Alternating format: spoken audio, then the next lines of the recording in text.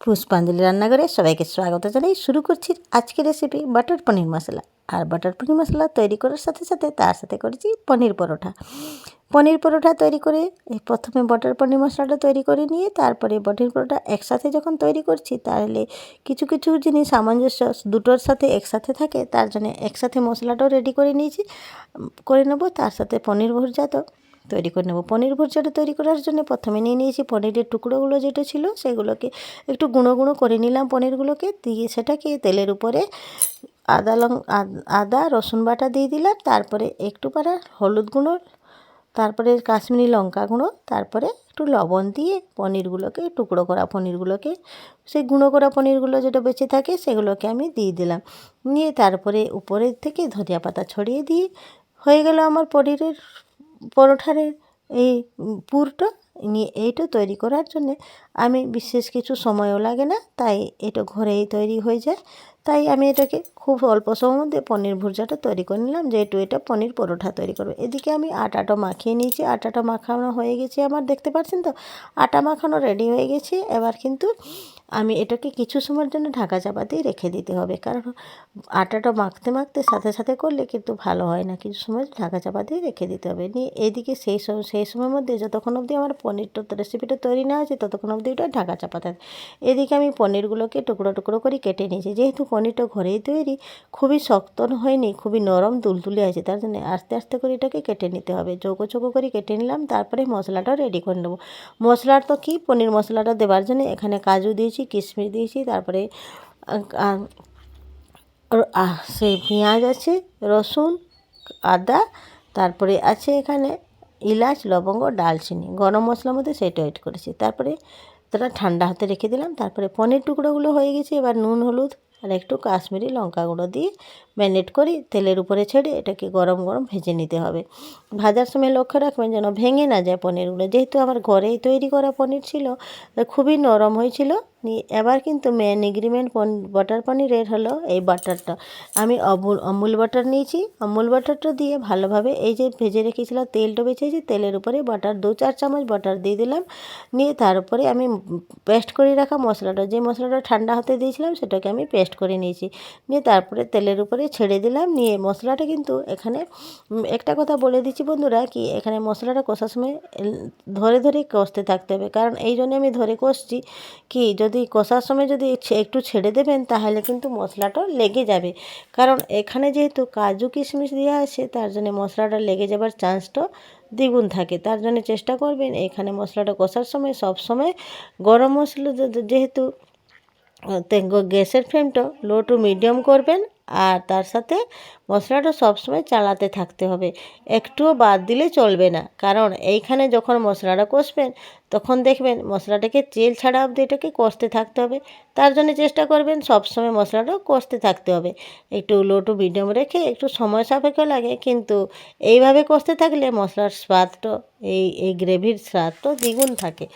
আর এই মশলার কষাটা হলো মেন জিনিস। এটা কষতে কষতে দেখবেন একটু তেল বেরোয়, গরম তেল, এইখান থেকে তেল ছাড়তে লাগবে। দেখেন আমার মশলা থেকে তেল ছাড়তে লেগেছে। এবার কিন্তু এখানে একটা কথা বলছি বন্ধুরা, এইখানে সবসময় গরম জল অ্যাড করবেন। আমি সাইডে গরম জলটা চাপিয়ে দেখেছি, যতক্ষণ মধ্যে মশলাটা কষা আছে গরম জলটা আমার হয়ে গেছে। এবার গরম জল একটু সামান্য একটু জল লাগবে, তাই জলটা আমি অ্যাড করে দিলাম। গরম জল, ফুটন্ত গরম জল দিয়েছি, যেহেতু সাথে সাথে হয়ে যাবে এটা। এটা গ্রেভিটা আমার ভালোভাবে করতে হবে। দেখেন ফুটতে শুরু করে দিয়েছি, যেহেতু গরম জল দিয়েছিলাম জলটা দিতে দিতে ফুটতে শুরু করে দিয়েছি। এবার কিন্তু ভালোভাবে চেঁচে মুছে এক জায়গায় করে গ্রেভিটা রেডি করে নিলাম। তারপরে দিয়ে দিলাম এখানে কেটে রাখা ভেজে রাখা পনির টুকরোগুলোকে দিয়ে তারপরে এখানে কিন্তু লাস্টে একটু মেন ইনগ্রিডিয়েন্ট আছে, যেটা কি আপনাদেরকে প্রথম থেকে দেখায়নি। সেই ইনগ্রিডিয়েন্টটা হলো এখানে কস্তুরি মেথি। এই কস্তুরি মেথিটা কিন্তু আমি ঘরেই তৈরি করেছিলাম। যেহেতু এই একটা তাওয়াতে একটু গরম করে নিলাম, কারণ এই কস্তুরি মেথিটা কিন্তু একটা লক্ষ্য রাখবেন বন্ধুরা, যখন মেথির পাতাটা যখন গরম করবেন সেটা কিন্তু হালকা আঁচে গরম করতে হবে, নাহলে পাতাটা যদি পুড়ে যায় তাহলে কিন্তু এটা তিতো লাগবে। সেই দিকে সম্পূর্ণভাবে খেয়াল রাখতে হবে। আমার দেখেন পাতাটা ভালোভাবে ভেজে নিয়ে একটু হাতে সাজে রোস্ট করে নিলাম। রোস্ট করে উপর থেকে ছড়িয়ে দিলাম। দিয়ে তারপরে আমি এখানে অ্যাড করে দেবো 1 চামচ মতন, 1-2 চামচ মতন বাটার, যেহেতু বাটার পনির মশলা তার জন্য বাটারটা হলো মেন ইনগ্রিডিয়েন্ট। তাই এবার আমি এই সবজির সাথে একটু বাটার দিয়ে দিলাম। বাটারটা দিয়ে কিছু সময় নেড়ে চেড়ে আমি এটাকে আপনার নিজের ইচ্ছার মতন গ্রেভিটা রাখবেন। আমার কিন্তু এই মতন গ্রেভি খেতে বাটার পনির মশলা আমাদের সবাই ভালোবাসে, তাই এখানে বাটারটা দিই। এখানে আর বেশি কিছু সময় আর ফুটাবো না, হয়ে গেছে আমার গ্রেভিটা। এবার একটা পাত্রতে ঢেলে দেবো। দেখেন 2 চা চামচ মতন এখানে বাটারটা কিন্তু মেন, তাই জন্য বাটারটা বেশি করে দিতে হয়েছে। এইভাবে যদি গ্রেভি থাকে তাহলে এটা কিন্তু ভাতের সাথে, রুটির সাথে, লুচির সাথে কিংবা ফ্রায়েড রাইসের সাথে খেতে খুবই ভালো লাগে। আমি কিন্তু আজকে পনির পরোটা করব, তার জন্যে এটার সাথে তো জমে যাবে বাটার পনির পরোটা মশলা, আর তার সাথে পনির পরোটা দুটো কিন্তু সামঞ্জস্যটা অত ভালো হবে বলার বাইরে। দেখেন আমার রেডি হয়ে গেছে। কেমন হয়েছে আমার এই পনির মশলাটা আপনারা দেখতে পাচ্ছেন কী লোভনীয় হয়েছে। এবার কিন্তু চলে যাব আমার মেন ইনগ্রিডিয়েন্ট পনির পরোটা করার জন্য। এবার এটাকে আমি একটা পাত্রতে ঢেলে রেখে দেবো। নিয়ে তখন অবধি আমার আটাটাও ভালোভাবে ম্যাগনেট হয়ে গেছে। আটাটাকে ভালোভাবে বড় বড় সাইজে লুই পাকিয়ে আমি পনির পরোটাটা করে নেব।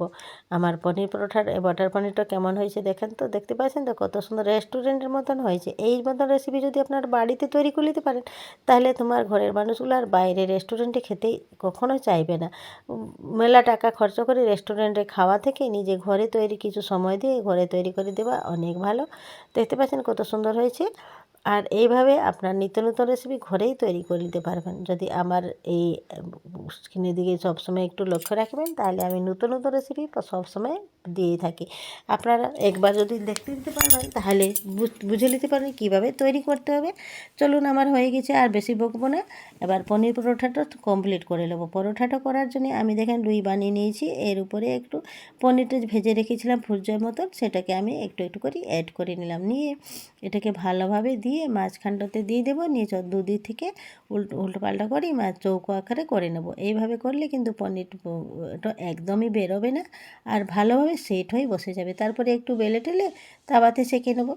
এইখানে একটা কথা বলছি বন্ধুরা, এখানে যখন পনির পরোটাটা সেঁকবেন না, সেটা একটু সরষের তেলে সেঁকবেন, নাহলে বাটার দিয়েও সেঁকতে পারি। কিন্তু আমি এখানে কিন্তু আমার যেহেতু এখানে এই জন্যে আমি এটাকে সরষের তেল দিয়ে অ্যাড করবো, যেন আমার দাদুভাই খাবে, তাই একটু আমি বেশি রিফাইন তেল অ্যাড করব না। দাদুভাইয়ের জন্য সরষের তেলেই আজকে সরষের তেলেই পরোটাটা করবো। আপনারা চাইলে বাটার দিয়ে পরোটাটা করে নিতে পারেন। আমি কিন্তু অল্প সরষের তেল দিয়ে পরোটাটা তৈরি করব। আমার মেয়ে আর দাদুভাইয়ের জন্য প্রথমে তৈরি করে নেব, তারপরে আমি নিয়ে নেব।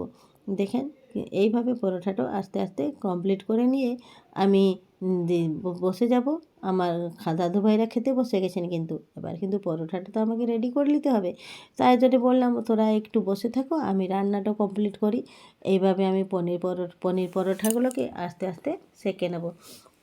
একটা দুটো সেঁকতে সেঁকতে দেখবেন সব কটা আস্তে আস্তে আপনাদের সাথে গল্প করতে করতে আমার সব কটা কিন্তু সেঁকা হয়ে গেছে। দেখেন বেশি করে কিন্তু বেলে দিলে এটা কিন্তু ছেড়ে যাওয়ার ভয় থাকে, তবুও ছাড়ছে না, কারণ এটা যেহেতু 4 চুকো করে করা আছে না, একদম পনিরগুলো বেরোবে না, কোনো ভয় নেই। এইভাবে যদি সেঁকেন তাহলে একদম পনির বেরোয় না, ভিতরে চেপে থেকে যায়। দেখেন আমার পনির পরোটাটা করা হয়ে গেছে। এবার কিন্তু সব কটা পরোটা আমি একই সাথে সেঁকে নেব। দেখতে পাচ্ছেন আস্তে আস্তে করে ভাইয়ের জন্যে আমার দাদু ভাইয়ের জন্যে ও ছোটো পাড়া একটা দুটো পনির পরোটা ওর জন্য করে রেখেছি, ছোটো ছোটো সাইজে, একটা গোল আর একটা চৌকো। যেটা আবার পছন্দ করবে সেটাই খাবে। দিয়ে আমি ওদেরকে সার্ভ করে দেবো। কেমন হলো আমার রেসিপিটা অবশ্যই যাবেন। আপনাদেরকে ভালো লাগলে একটু লাইক কমেন্ট শেয়ার করতে যেন ভুলবেন না। আর নতুন বন্ধু হয়ে থাকলে অবশ্য পাশে থেকে বেল আইকনটা দেবেন, যে কেন নতুন নতুন রেসিপি আপনাদের কাছে প্রথমে পৌঁছে যাবে। দেখেন আমার পনির পরোটাটা কমপ্লিট হয়ে গেছে। একের পর এক সব কটা পনির পরোটা কিন্তু একসাথে আমি করে নিলাম। যেহেতু রাতটাও হয়ে গেছে, রাতে ডিনারে পনির পরোটাটা খাবার জন্য আমি সবার জন্য রেডি করছি, যেহেতু আমার জন্যও আমি করে নিলাম। ওদের জন্য রেডি করে নিয়ে আমার জন্যও পনির পরোটাটাও রেডি করে নিচ্ছি, কারণ রাতও বেশি রাত করেও খাবার ঠিক হয় না, তাই আমি একসাথে খেতে বসে যাব ওদেরকে দিয়ে, তারপরে আমারটা আমি রেডি করে নিচ্ছি। এইভাবে সব কটা রেডি করতে করতে দেখবেন রাত তো অনেকটা হয়ে গেছে। আমি এটা কিন্তু উল্টো করে আমি দিলাম, যেহেতু এক সাইডে দিলে হবে না, উল্টো দিকে পাতলা হয়ে যাচ্ছে, তার জন্য এই দেখেন চৌকো করার সময় একদিকটা উল্টো করে দিলাম। দেখতে পাচ্ছেন তো কত সুন্দর করে তৈরি করলাম। এইভাবে করলে আপনাদের পনিরগুলো একদম বেরোবে না। দেখেন আমার পনিরগুলো পরোটাটা সম্পূর্ণ রেডি। এবার কিন্তু সার্ভ করে দেবো। দেখেন ওদেরকে খাবার দেওয়া তো হয়ে গিয়েছিলো, কিন্তু এবার আমারটাও দিতে হবে। ওদেরকে জিজ্ঞাসা করছি কীরকমভাবে তৈরি করে কী কেমন লাগলো। ওরা কিন্তু খুবই মনোযোগ দিয়ে খেয়ে নিচ্ছে, দাদুভাই আর আমার মেয়ে। ও তো পনির গ্রেভিটাও খাবে না, কারণ বাচ্চাটাকে অত গ্রেভি খেতে ভালোবাসে না ও। আর ও শুধু পনির পরোঠাটা খাবে। তার জন্য ওকে দিয়ে দিয়েছি শুধু পনির পরোঠা, আর আমার মেয়েকে দিয়েছি পনির পরোঠা আর বাটার পনির। দেখেন দুজনে খেতে বসে যাবে। এবার আমিও আমারটাও নিয়ে নিলাম। নিয়ে কেমন হলো রেসিপিটা অবশ্যই জানাবেন। আপনারা যেন রেসিপিটা জানাতে ভুলবেন না। আর আপনারা যদি নিত্য নতুন রেসিপি পেতে গেলে আমার আইডিটাকে ফলো করে রাখবেন, যেন নিত্য নতুন রেসিপি আপনাদের কাছে পৌঁছে যাবে। দেখেন আমার দাদুভাই খেতে বসেছে, দেখতে পাচ্ছেন তো। দাদুভাইকে যদি শোধাতে লাগলাম কেমন হয়েছে, সে আঙুল দেখিয়ে যেমন বলে দিল কি আমার মন ভরে গেল। মেয়েও বলে দিল খুব ভালো হয়েছে মা, আর ছেলেও বলে দিচ্ছে খুব ভালো হয়েছে দিদা। দেখেন দাদুভাই বলে দিল, আঙুল দেখিয়ে বলে দিচ্ছে কি কেমন হয়েছে। ও শুধু পনির পরোটাটা খাবে, বলে দিল। দেখেন কেমন হয়েছে বলে দিলাম, যেহেতু বলে দিল কি খুব ভালো হয়েছে দিদা বলে। দেখেন এইভাবে আমার রেসিপিটা তৈরি করলে আপনারা অতক্ষণ ধরে আমার রেসিপিটা দেখার জন্য অসংখ্য ধন্যবাদ। ভালো থাকবেন, সুস্থ থাকবেন। এইভাবে নতুন নতুন পেশে গেলে আমার আইডিটা ফলো করে রাখবেন। ধন্যবাদ।